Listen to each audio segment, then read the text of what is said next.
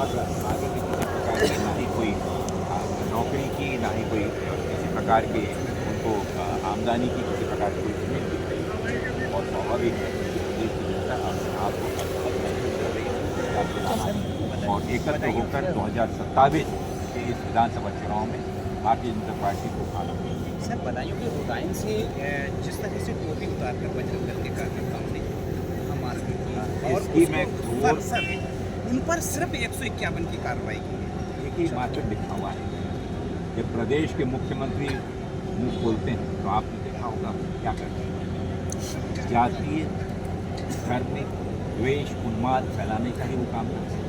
जैसे देश का प्रधानमंत्री और देश का मुख्यमंत्री जब इस प्रकार की भाषा बोलता हो और वहाँ पे बजरंग दल के नाम पर लोगों को, गुंडों पर, वहीं पर नहीं जगह जगह पर भेजकर जातीय उन्माद फैलाने का जब कार्य कर रहा हो, इसकी हम घोर शब्दों में निंदा करते हैं।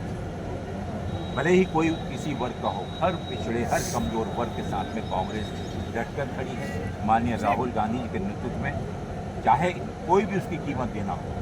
आज आपने देखा होगा कि इन्हीं आवाज़ों को उठाते हुए जो बात आपने की, आज देश के 36 से ज़्यादा कोर्टों में राहुल गांधी जी के विरोध में अलग अलग अपराध दाखिल किए गए। उन्हें तो बराबर वो सब जगह जा रहे हैं, लेकिन इस प्रकार के भीषण अपराध हो रहा है उसे यहाँ की सरकार पूर्ण समर्थन दे रही है, मदद कर रही है, ताकि किसी प्रकार से अपराधियों पर आँच न आए।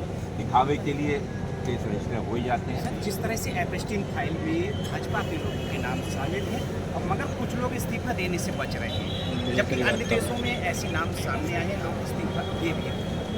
देखिए, इस देश की राजनीतिक मूल्यों की अवमानना आज सबसे निचले स्तर पर। आपने देखा होगा कि ब्रिटेन के राजकुमार को इलेक्शन फाइल में नाम आया, उन्हें अरेस्ट कर लिया गया। कई मंत्रियों ने वहाँ के रिज़ाइन किया, अधिकारियों ने रिज़ाइन किया।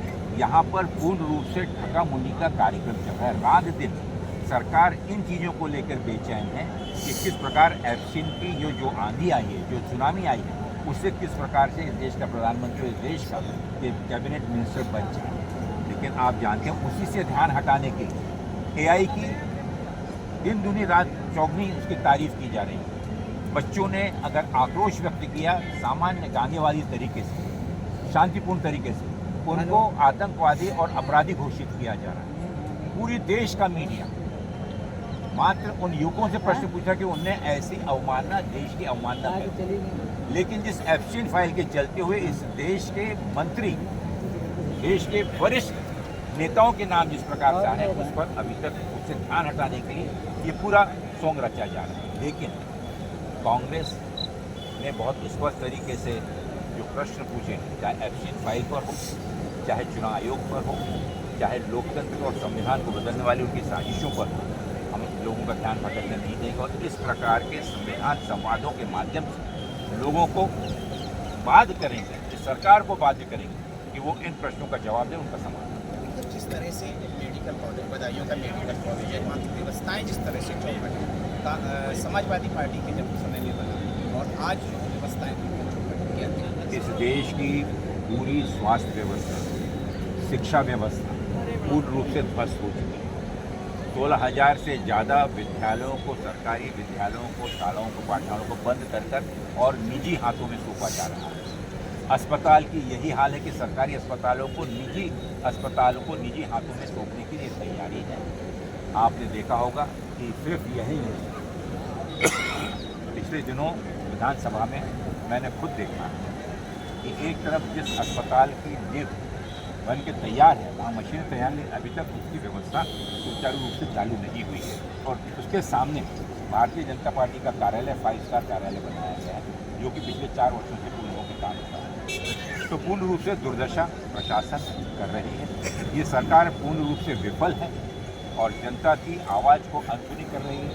ये मान लीजिए कि ये इस चीज़ की निशानी का मुद्दा अंत आ रहा है। अच्छा, जिस तरह से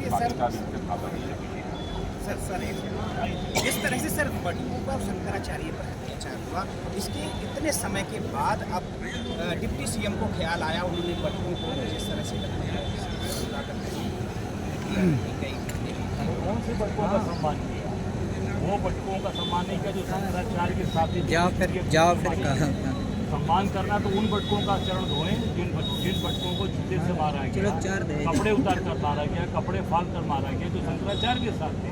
ये दिखावा नाटक किया है डिप्टी सीएम ने। और अभी आप देखिए सरकार ने शंकराचार्य के खिलाफ मुकदमा दर्ज करा दिया, और बहुत ही घिनौना मुकदमा, जिसमें पूरी तरीके से ये शंकराचार्य का नहीं, ये पूरे सनातन का अपमान है, पूरे देशवासियों का अपमान है। सर नसीमुद्दीन सिद्दीकी सब कांग्रेस छोड़ करके समाजवादी में नहीं, निश्चित देखिए वो मैं तो नहीं कहना चाहूँगा कि जो उनकी व्यक्तिगत वो सोच थी, हम सब लोग पूरी ताकत के साथ उनको सम्मान दिया और उनका हमेशा जो है आदर किया। सर एक सवाल और, शंकराचार्य पर एफआईआर दर्ज होने के बाद ये कांग्रेस पार्टी का क्या स्टैंड है? नहीं, शंकराचार्य का सच अपमान है, पूरे देशवासियों का अपमान है, सनातन का अपमान